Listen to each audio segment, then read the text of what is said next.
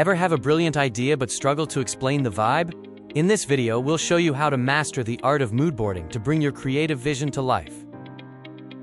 What is a mood board? A mood board is a visual collage of images, text, and objects that conveys a general idea or feeling about a particular topic or project.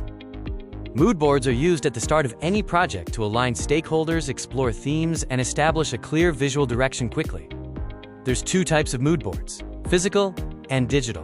While physical boards offer a tactile experience, digital boards allow for real-time collaboration, the inclusion of video clips, and easy sharing with remote teams. Key elements to include in a mood board: to create a cohesive narrative, focus on high-quality images, specific color palettes, typography, and even textures that evoke the right emotional response. Ready to start your own? Let's walk through this step-by-step tutorial: how to build a digital mood board using the intuitive tools inside Lucidspark.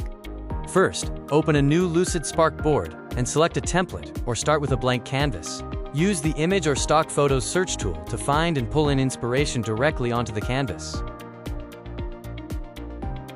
Next, drag and drop your samples onto the canvas. Arrange them around a central anchor image that represents your main concept, and add sticky notes to provide context for collaborators.